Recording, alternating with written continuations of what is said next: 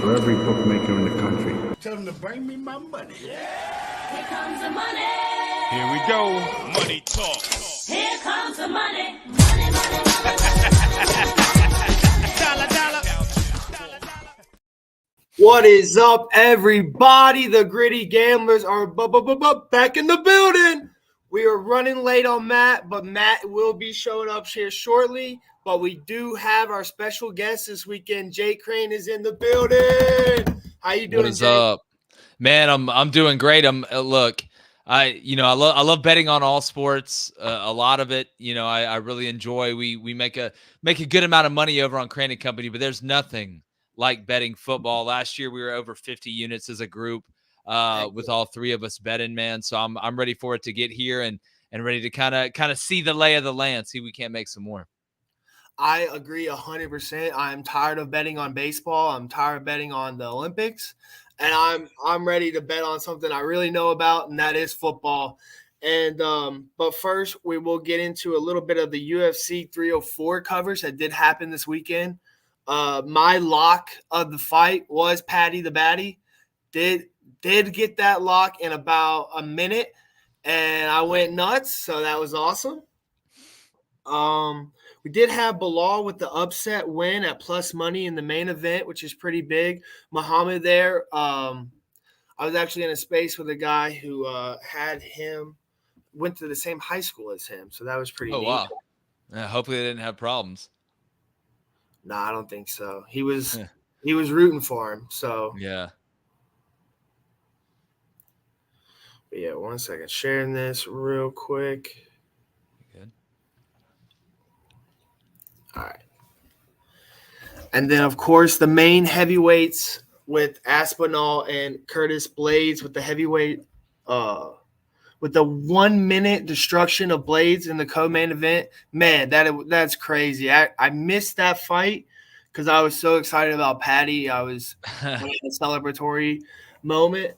And then kind of went to sleep after that. So I didn't even see Muhammad get the upset, but I heard about it in the morning because I had a text from Matt because that was his lock was Leon Bridges. So he wasn't too happy about that.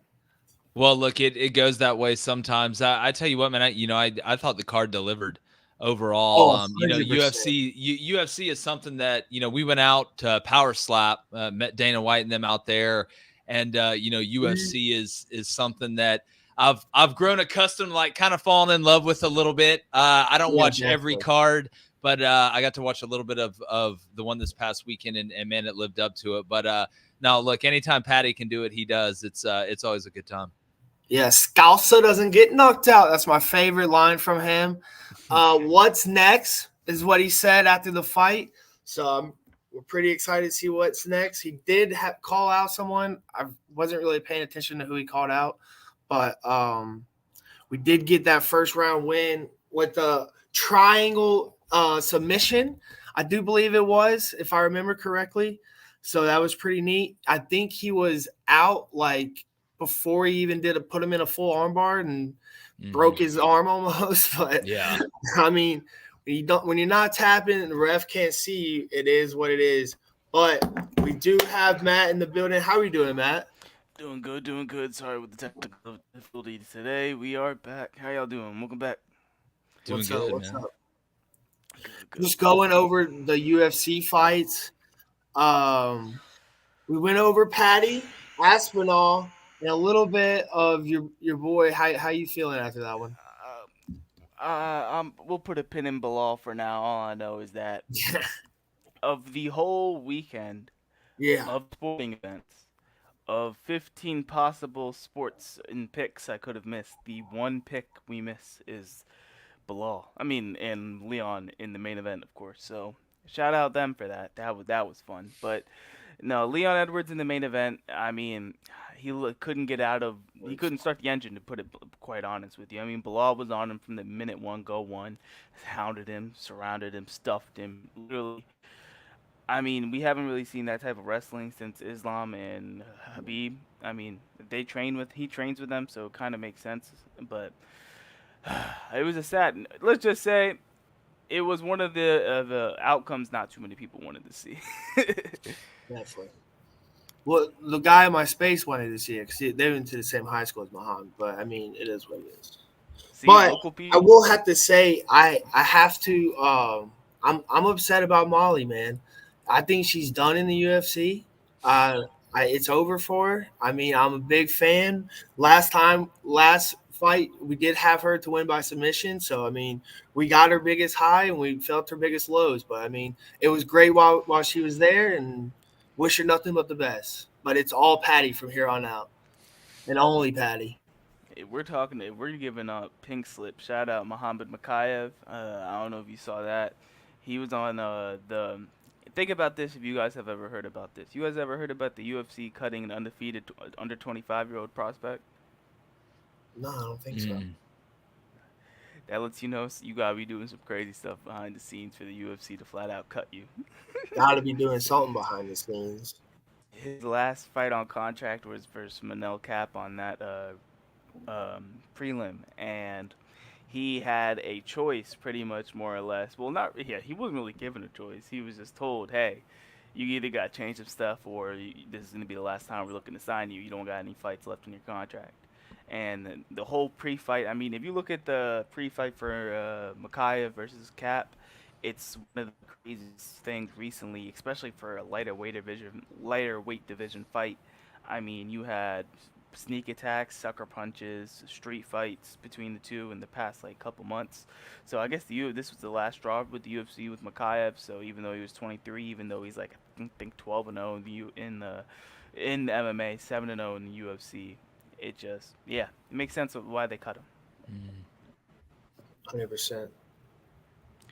But the only thing about betting that's kind of relevant is that he was a key lock in terms of him winning and that fight going the distance. So that was a solid lock. I did have that on Saturday night. So yeah, to get into it, we'll go ahead and bust into the Olympics here. A little quick coverage of that as well. I was wrong about the men's basketball team. They did win.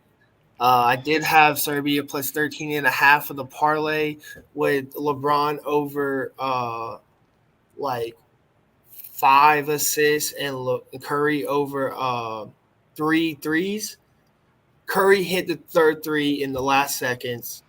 LeBron had like 8 assists like early. He was going off. He had 4 in the first. And then Jokic was sitting on the end of the bench at the end of the game, not looking at his coach or his teammates in frustration. And I think it shows that Denver Nuggets is a super team, and I was right about that. Well, I mean, I just think he wants to be riding horses. I mean, he wasn't even happy after they won the NBA. I just want to be riding his chariot. I don't think Jokic likes basketball. That's the funniest part. There's sometimes. So, we always say, like, isn't it great when, like, you can do what you love for a living? Like, you're like, man, like, I love doing this, and I can live a comfortable and good life, taking this away. There's got to be people that are just insanely talented at something they hate. It's like somebody it's like Goodwill Hunting. Like, he just hates he's so smart. Like, Jokic is just like, he's so good at basketball, he has to do it so he can make millions of dollars, but he just hates it. Like, and I wonder, how many people there are out there that are super successful, but they're like, man, like, I'm really good at this, but I hate it. It'd be like not liking the way beer tastes, but being unbelievably great at brewing beer. Like, oh, dude, we can make millions if we can this beer, but you just hate to drink beer. I don't know. That's how I feel with Jokic. So I don't know if that was more had to do with the Nuggets or he just doesn't like basketball. Yeah, I don't think he likes basketball at all. I agree with that. He wants to be on his chariot. I think the U.S. just sent their best team since 2008, and that it's over for everybody. Yeah. No one's getting near 10 points, though. So, I mean, Jokic, to put it this way, the last game before the Olympic warm-ups, they beat France. So, like, he certainly is there somewhat trying in that with the Serbian national team. But I guess he was frustrated at the end of that game. I don't know if you saw that, but brother, because his plus that's minus when to be at the end of the bench. He's playing against the Avengers. Did you see? I mean, exactly. Like Serbia had a supposed to be plus Thanos. minus. Serbia had an even plus minus with him in the game. They had a minus 26 in the 9 minutes he was Yeah. out. Yeah, they Come took him on. out. They lost. They Come took him on. out. Just got destroyed. Like, Destroyed. You know, it what do was you so want him funny to how do? it was so funny how Team USA just played with their food in like the practice games. They're like, oh, just let them think, and then they come out like in what really matters. And we're like, oh yeah, like look at the roster. Like, we have yeah, LeBron, KD, you don't. And yeah, Jason Tatum still hasn't played. for We sure. don't Like, need him. no, like you might as well have put Caitlin Clark on the men's team. They didn't put her on the women's team. You might as well have put her on there. It'd have been fun to watch. I would have loved that. I'm What was big she gonna be Caitlin doing? Clark. Gatorade handshakes and high fives? Yeah, like it's like, There was oh, not damn, who action do you for take Caitlin out? Clark yesterday. Yeah. It's like, Oh oh my man, who I'm going to take gosh. out? Here, let me go through this list of Hall of Famers. Jason Tatum. I was would the take number out 2. Kevin Durant. All right, you're bugging. He just wanted to say that the guy who didn't miss a shot, he's trying to poke the bear. Yo, the only reason why he Yeah. didn't miss a shot is because that dude went and pushed him, and then he like looked at him. He's like, and then he's The most important Wow. people to Team USA winning gold in basketball is the bus driver and the pilot of the plane. Those are the two people that matter the most out of anybody that's not a and player. whoever cooks the food. Yeah, that's exactly right. Close third. Close third. Oh my. No, but the Cook might Olympics be for me. first. Yeah. Cook But the might bus be driver, the bus driver. I did want to give a shout out for the Olympics. I hit a nice little ticket over the weekend with the Olympics, like plus 462. Nice little. When it comes to some of these Olympic events, my strategy sometimes is like, if you're looking at them and you're kind of unsure, just kind of stack the ones that you like have a good feeling in and put them together. Like, I'm one of those people that loves betting in windows. I hate betting on like sports or kind of like time slots in multiple windows. So if a sport has like, say, games going from like 12 to 8 or 12 to 9, and they're kind of I'm gonna bet them in those broken up windows when there's multiple games, so I can that's kind of a quick way to see how I can increase those types of profits, because when you're doing multiple windows and you're sticking them all together, you kind of limit your betting options, yes, but then you kind of put your options together of what you couldn't bet on, like markets wise. So Well, it's a give and that take. too, and like when you do that, you can clean the slate after one window's gone, good or bad. Like you can clean the slate, and it does add more. That's something I do a lot in college football. You know, bet I the love doing it windows in college football on the a most. Saturday. Yeah, because yeah. it's you get like, you know, three, possibly even depending on how late you want to stay at four bites of the apple. You know, if you're doing singles or if you're parlaying in windows. Yeah.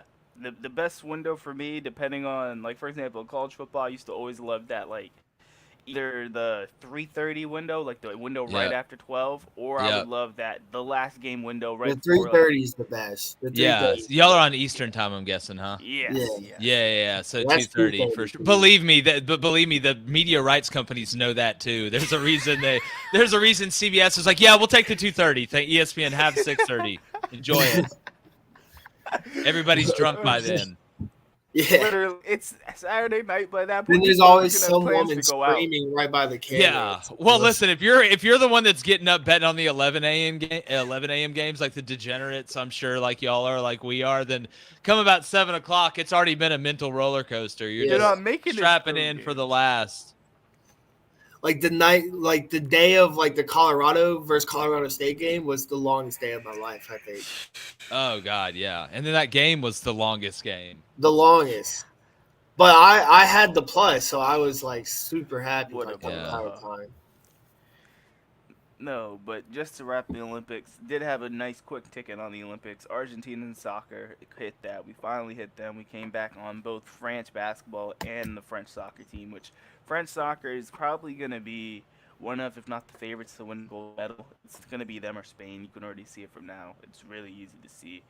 The two deepest teams in the tournament, because with Olympic soccer, it's a little different. We're sending U23 teams, so like, yeah, America looks pretty cool. Like when they played New Zealand over the weekend, they beat them like 4-1. Most of those players aren't going to make the actual USA men's national team rosters, so it's a cool thing to see, but it's not going to do anything for our country. That's the difference between us and France right now. France, most of these players are going to be on France's team in the next 5 years playing for the World Cup or however long. So it's like, yeah, man. France, solid, and then we hit some tennis throughout that. Shout out Tommy Paul, America. Hey man, nah, for real, America. USA, USA, And, USA. and we kind of slid through the Olympics on that, but the main things to look at for the past couple of days are probably going to be USA basketball starting on both the men's and women's side, as well as I think the women's soccer are probably going to win the gold medal. You can call it now. Yeah, You can they bet on look they it. look pretty good the other night against Germany. Looks Women's rugby's looking pretty good too for US, and women's water polo is about the exact opposite. They were terrible versus Spain. I watched that this morning. It yeah, was it no, was miserable. I I haven't had to get caught that some of the water in sports. water They're tough. polo, but hey, I was watching water sports this morning. Oh, and to the is there archery or anything like that? There's archery, and there is like pistol shooting with like these weird Yeah, bet sky. we win. We won. All right, yeah. So No, yeah. I'm saying I bet we do. Oh, I don't know, but it's like laser shooting. I don't know. It looks I heard cool. China has It some of the looks best sick. shooters. I Yeah, heard. that doesn't fill me with personal blossoming joy. Yeah, I no, heard. China has like elite ranked young shooters in there, like in some of those Yeah, events. they're like all 11 years old, Yeah, and like already I the mean best that's how their shot. Yeah. skateboarders are. It's just like Hawkeye and Katniss Everdeen. The gold medalist in skateboarding, I think, was a Brazilian who won her second gold medal, and she's like 16. Nice. She won her first one at like 12 or something like that. Something crazy. All right, so to get into it with college football, because we're gonna get into this because we got to get into this. But we're gonna do championships. We're gonna get into the championship futures. I'm gonna go ahead and let you know what mine are, and you guys can let me know yours and tell me how terrible I am. But I do have Ohio State winning it all this year. I did have Michigan last year. I got Ohio State this year, and I got one on Bama too. But that's my homer pick. But I do think Ohio State is this year. It's win it all or bust, in my opinion. Well, we make our predictions after fall camp. We're going to do it the week 17th to the 24th. But, I can tell you where I'm leaning right now.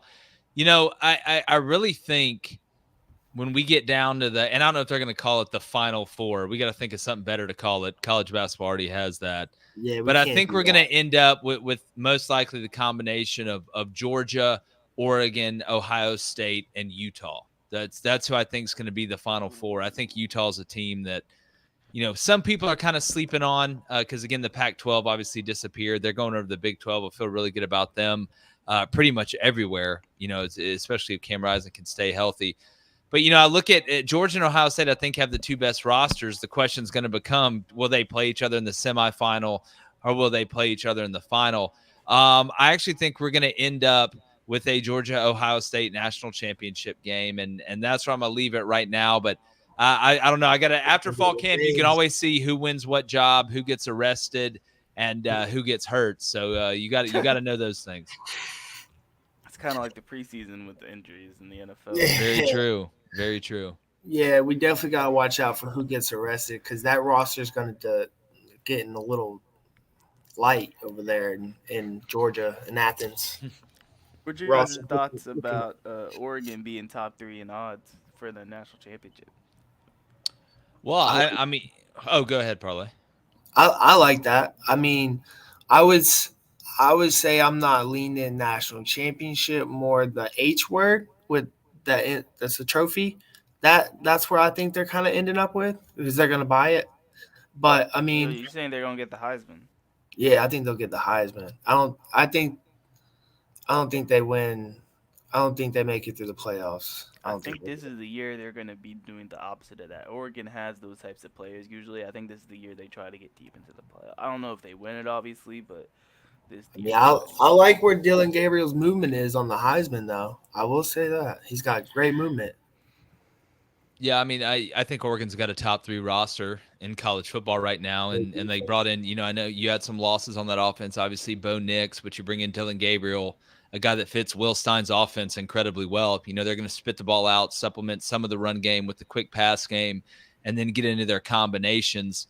They're very balanced offensively. Dan Lanning has basically built an SEC team out there. and he's doing it with Literally. basically an unlimited NIL budget, but he's also a genuine recruiter and he can get the most out of those guys. I think they got as good a chance as anybody to win it. A lot of it I think is going to be how the seeding falls, but there's not a team, outside of Georgia and Ohio State really that, you can maybe make somewhat of an argument for Texas. There's not a roster that I look at, maybe even Ole Miss, honestly. There's not a roster that I look at that I say, well, that roster is so much better than Oregon with the weapons that they've added and the experience that they have. Now going into the Big Ten, which I think they'll actually be a really good fit, ideologically and schematically into the Big Ten, as opposed to like USC, who I think's, taking a butter knife to a samurai fight. So Literally. it's I don't think Oregon being at the top 3 in the odds is any surprise, and I wouldn't be shocked at all if they ended up winning the whole thing. Love that. I could see them at Ohio State playing 2 or 3 times this year, at least 2. Yeah. Well, I think Oregon beats Ohio State in the regular season at home, and then they play again for the Big Ten championship. And that is one of the crazy things. You can play a team now, 3 times. Heck, you can play a team twice in a row going into the conference championship game if it's at past rivalry week. Now that there's no divisions left really in the power levels of college football, you're not limited to one side of the conference having to play the other side. So, I mean, if you look at Michigan, Ohio State, heck, they could end up playing 3 times and play back-to-back, last game of the year, then going in the conference championship. Auburn, Alabama's the same way. But no, I mean, at the end of the day, it's new times in college football, that's for sure. Definitely new times. One thing I wanted to highlight, since you brought it, was interesting. So when you guys were talking about Georgia, Jake said that he's like, Georgia and Ohio State will probably be the national championship. Well, Vegas is leaning with you right now. Those 2 are the highest 2 favorite teams to the national championship by far. Right now, you have the Dogs at plus 300. You have Ohio State at plus 400. And then you see the odd jump. What, 300? This was this morning when I typed it up. This was that morning. Yeah. Yeah, so they're still at – that's crazy. Yeah. And you have – this is what's interesting to me. So then, like I said, Oregon's at 3rd. You have them around plus 800. Then you have Texas at plus 850. Then you have the odd jump again, and you get up at plus 1,500. Ole Miss is the 6th favorite for the title at plus 1,500 right now. Yeah, I tell you what, going back and looking at Heisman, I don't think you'd be crazy to put some money on Jackson Dart for Ole Miss. This and for multiple reasons. He has chances to have Heisman moments. Their schedule is not one of the heavier ones in the SEC. They do get Georgia at home, so he has a chance to have a couple Heisman moments. And Lane is going to do what he needs to do to help Jackson get the numbers to win the Heisman Trophy. Like, he's one of those coaches where you look at and go, hey, if I'm going to sprinkle some money on this guy, is this a guy that I think would, maybe there needs to be a little bit of extra juice at the end of a game, or we need to make sure this guy gets his numbers to win the Heisman. I think Lane Kiffin is right up there at the top of my list of knowing that he wants to take care of his quarterbacks and give them the best chance at the end of the day. But I think he's plus, godly, I can't remember what it was the last time I looked at it. I thought him and Cam Ward had some pretty good odds. I just think Lane would let him do it more than Mario would let Cam Ward and trying to protect. He's at plus 1,200 right now, Jackson Dart. Well, yep, I don't think that's a bad bet at all. Excellent. I don't like that. I will say a really big long shot would be Noah Fafita at plus 4,000. Yeah, I think Arizona's going to be good. They returned McMillan. Their coach is from San Jose State. I know people that have coached with him that respect him. I'm interested to see how he fits. And then also, you look at Arizona, will he have enough Heisman moments, and will they win enough games for him to win the Heisman? You got to pretty much win at least 9 to have a chance. I think Arizona can do that, but I think he's a guy that may get a Heisman invite. I just don't see him winning the type of games and having the type moments to actually, get over that last hump and take the trophy. Jaden Daniels had to put up incredible numbers and have some absolutely incredible highlight plays to win that Heisman for a 9-3 LSU team. So, and he had more weapons than Crain does around him. So, I mean, look at Brian Thomas, you look at Malik Neighbors. I mean, you look at that offensive line, it was a good situation. Shout out Jaden Daniels, Commanders quarterback. Woohoo! Yes. I Yeah. call that one too, baby. I'm gonna be right on this one. We got Jalen Milrow. We might have to do Jackson Dart. I like where your head's at on that. Milrow looks really solid in my opinion No, for the I got Heisman. Milrow and Yeah. Dylan Gabriel right now. He's the trendy pick because everyone thinks it's probably going to be him, but I actually see He is the trendy, potential. so I don't really like that, but it's I Just had to do it. if you're looking at it, if you take the betting side out of it in terms of that part and just look at like what's going to happen on the field, Alabama has a high likelihood of either being. It really depends on how Alabama turns out. If Alabama's like great under DeBoer's first season and it's due to Milrow, he's at Alabama. He's gonna get the Bama bump probably, and yeah, he probably will win the Heisman in that scenario, especially because he already has the hype from the end of last season. People bought into Jalen Milrow, whether people want to admit it or not. People bought into Jalen Milrow.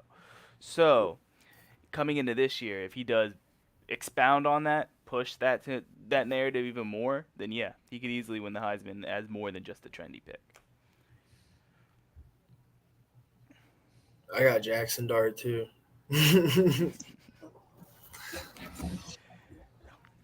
We'll But do. that's interesting. What are you No, saying? that's interesting. Those teams, I mean, as you can see, as always, the top 5 of the 6 teams play in the SEC. The only team that doesn't, the only 2 that don't, 4 of the top, 6. My apologies. The only 2 that don't are Oregon and Ohio State. So Yeah. like, So this what new does that big what does power that tell you? conference, this new big power conferences, huh? Yeah. Literally the only team that's not from either one of them in the top 10 is Florida State and I guess technically Notre Dame, even though Notre Dame's a dependent. But yeah, What's Notre Dame's odds? Notre Dame is at the bottom at plus 2,200 to win the title. They're right now. They're I think They have an eighth easy shortest. schedule. They're 8th shortest right now, if I'm not mistaken. We'll see. Nice. I did want to shout out that there's also now, because of how big the playoff is, there's now a new market of just parlaying a bunch of teams to make the playoff and who you think could make it in like a futures type of parlay. Teams you want to avoid, you have the Oregons. And Oregon's fine. They're like minus 290-ish right now. Georgia's at minus 500. Ohio State's at minus 650.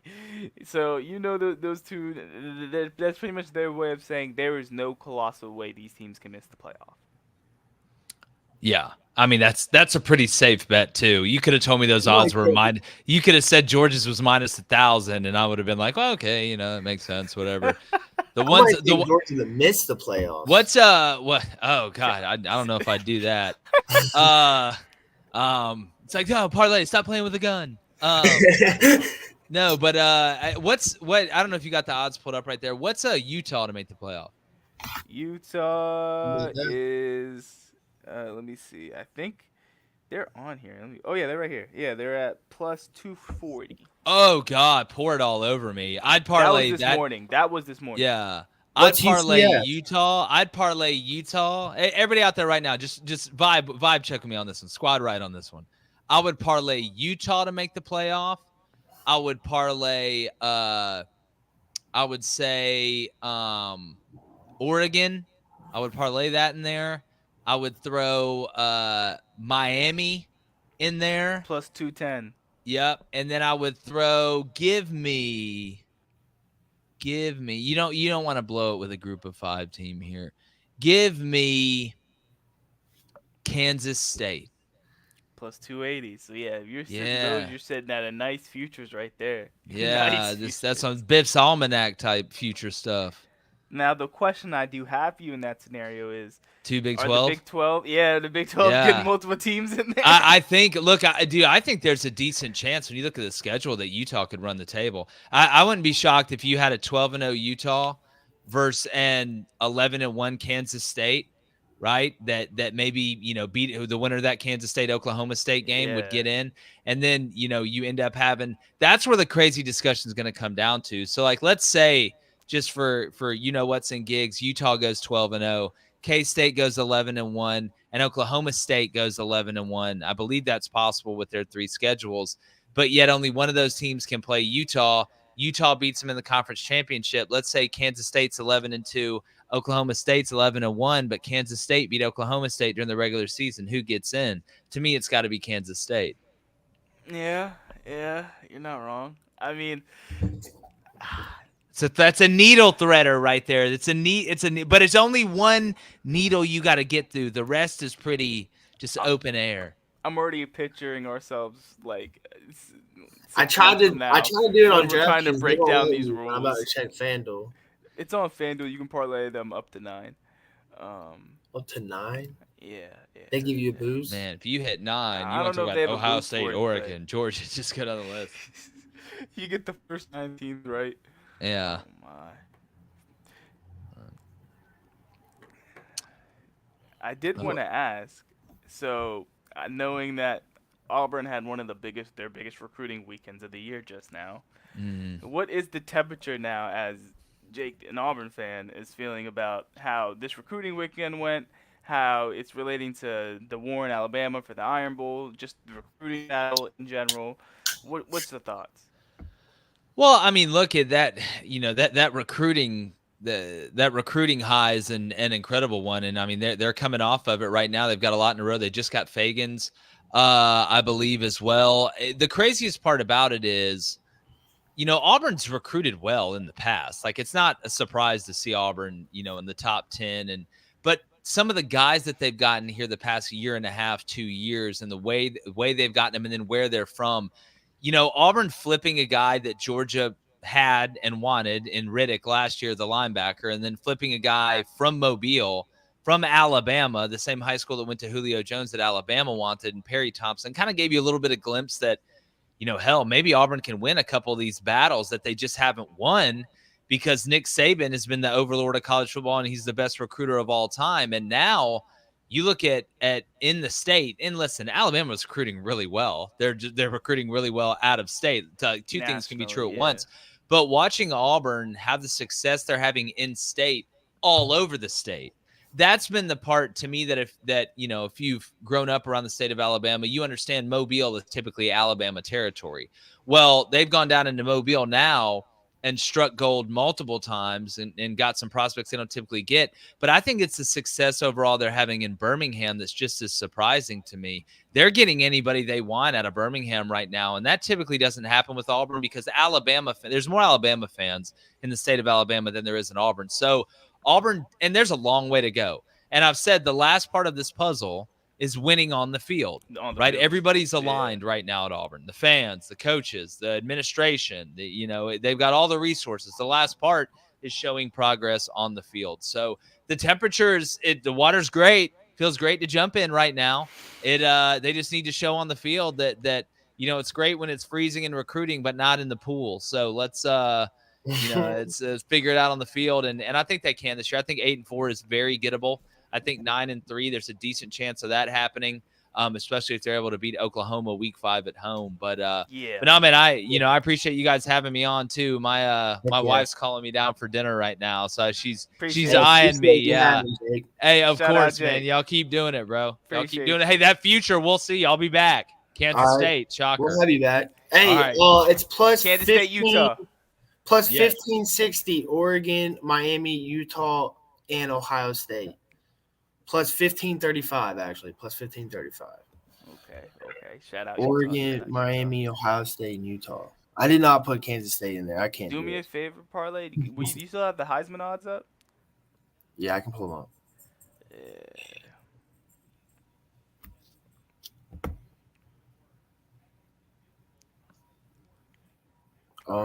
We got them right here. Perfect. Who you want to see? I just wanted to hear who the top 5 right now generally are. Dylan Gabriel plus 500. Okay. Carson Beck plus 7,500. Jalen Milroe has skyrocketed and is making me really nervous at plus 1,600. Quinn Ewers 900. Jackson Dart 12. Nico 12. Which is kind of interesting, but I don't think Nico wins it. It's too soon. He's young. He shouldn't be that high as a freshman, in my opinion. But no, not at all. Freshman. But. Will Howard plus 2,000. Garrett Nussmeyer plus 2,500.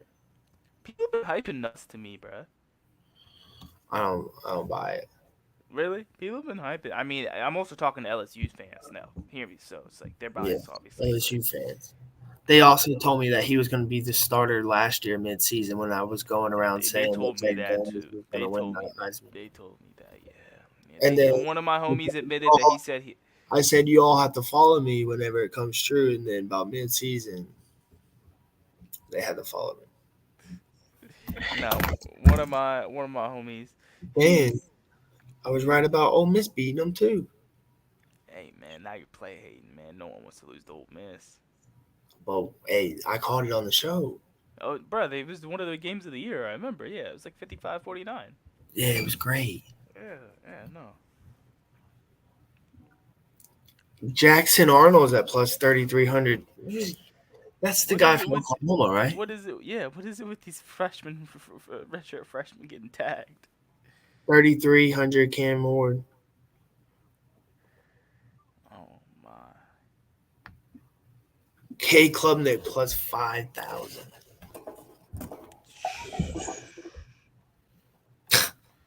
Gee. That's no bueno.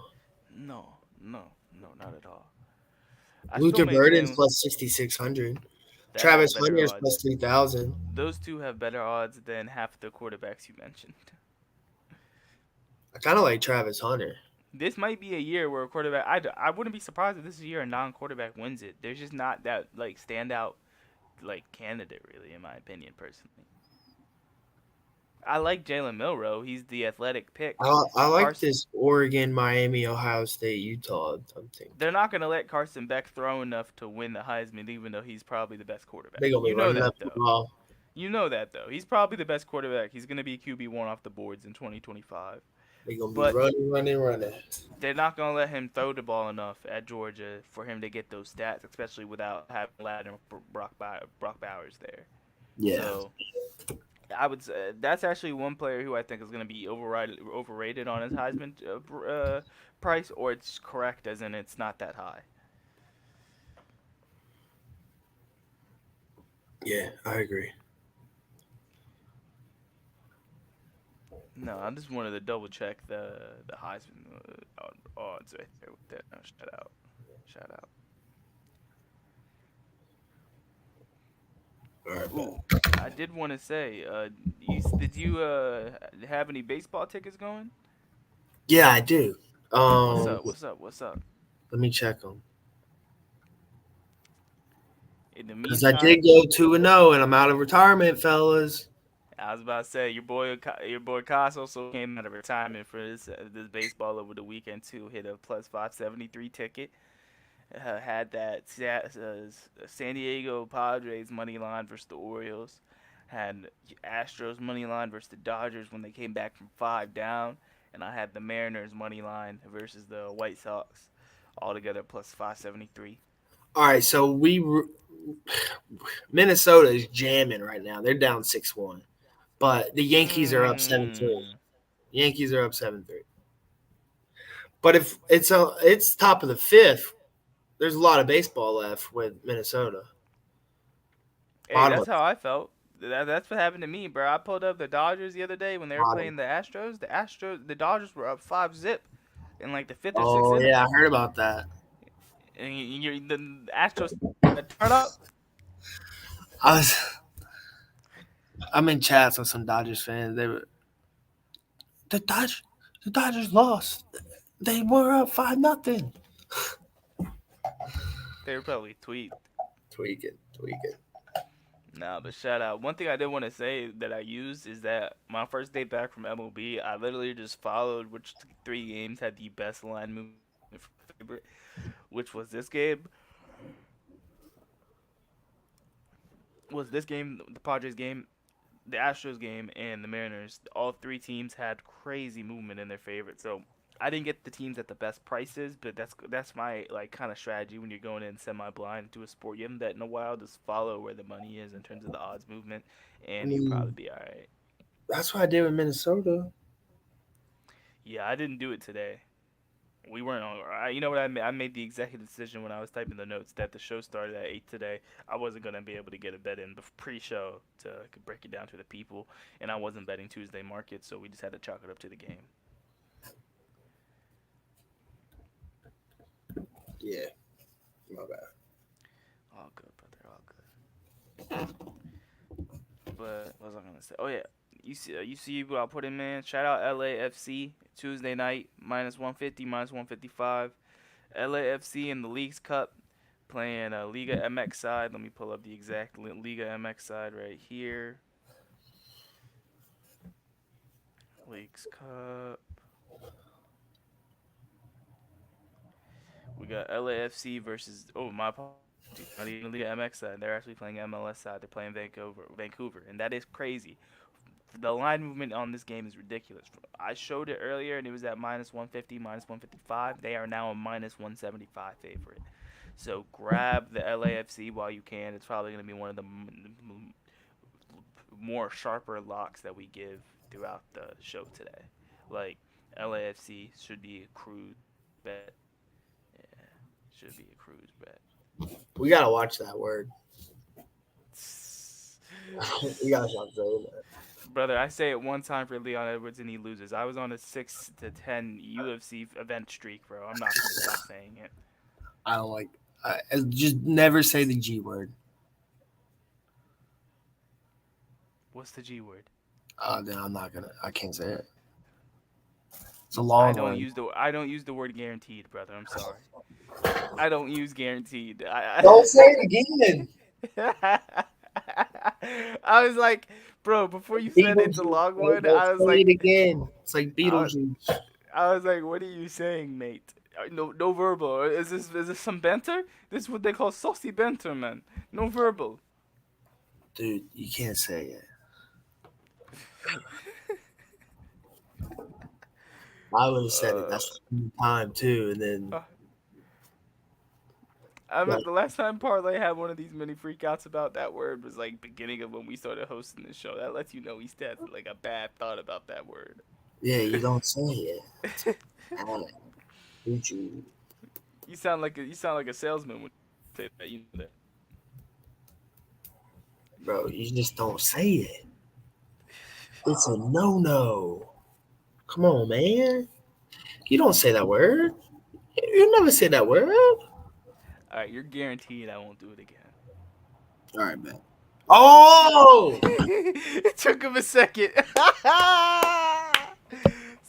Can't teach an old dog new tricks, man. Can't teach an old dog new tricks. You're gonna have bad juju for a year, brother.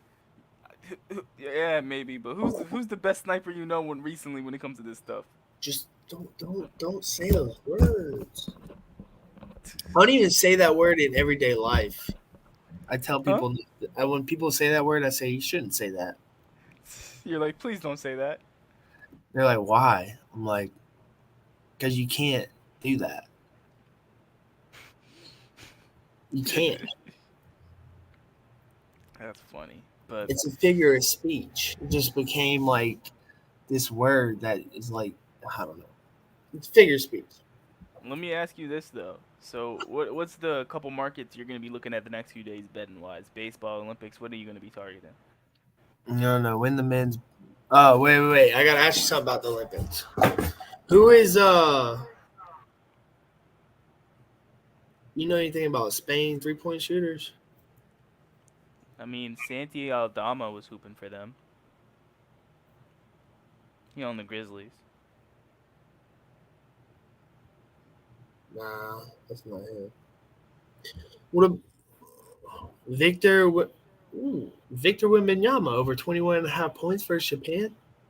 I wouldn't be surprised he was crushing versus in their first game. He's a Chico. And then there's one more thing I wanted to say. There's somebody that was shooting 3. Hey, I'll tell you this: South Sudan, they're not gonna cover versus the U.S., but they're gonna play tough. So they're not. The U.S. remembers what happened in the warm-up, but the U.S. are gonna take it to them. Oh, Sergio Lowell. Isn't he like almost? You know this is my joke, so don't take it the wrong way. But he's like a senior citizen. He's going against Greece. Yeah, bro. What if he has to get switched on to Giannis?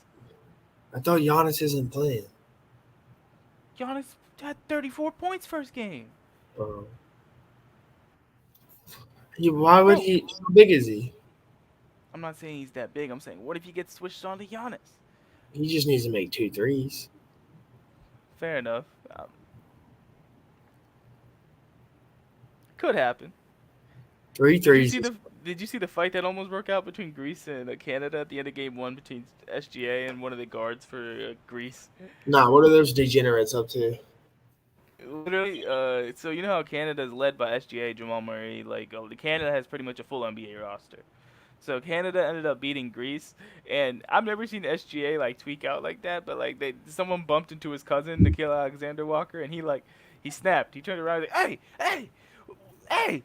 And he started screaming, like, Giannis is like, hey, brother, relax. Giannis was right there. Giannis was like, hey. No, kind of funny. But I did ask because I wondered what some of the Olympic events you're going to be looking at before we move into the middle of this week. We're going to have And then whatever is randomly on. Because I watched water polo this morning.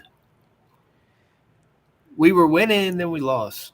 Ooh, they're going to Team Our USA goalie Soccer plays tomorrow, too. trash. Goalie's bad. USA Soccer. Yeah, USA Soccer's back tomorrow, too. We qualified in rugby for women's. Ooh, that's lit. I mean, I think we won the group stage, too. I saw one clip on rugby where I think Did we beat France? I don't know what country this lady was from. I think. Did you see that lady that was running across, like, ran through everybody?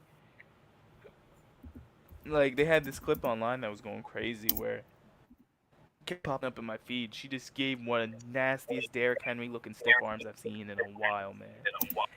And she scored on that try, but she just shoved the sister to the ground. We're in the Final Four in women's rugby. We might be getting a medal. Yeah, if we win this game, we're medaling. Okay. So that's gonna be sick. We win this next game, we medal. Hey, man. Okay, I see us parlay. We going to a chip too. We win this next game. We can still medal if we lose. Shout out women's rugby. We going to chip if we win. We can go get gold. I ain't talking about silver. I ain't talking about bronze. I'm talking about gold. As they would say back in the day. I ain't talking about silver. I ain't talking about bronze. We talking about gold, gold, gold, gold, gold. Go. 92 people are like, yo, who sing that? Let them sing it. and I think, and I think that's our sign, parlay. That's it? Yeah, I think so. Is that Matt? That being said, that is parlay, man. And we the Gritty Gamblers, man. Catch y'all on Thursday. Hey. Whenever I bet, I can change the odds for every bookmaker in the country. Tell them to bring me my money. Here comes the money. Here we go.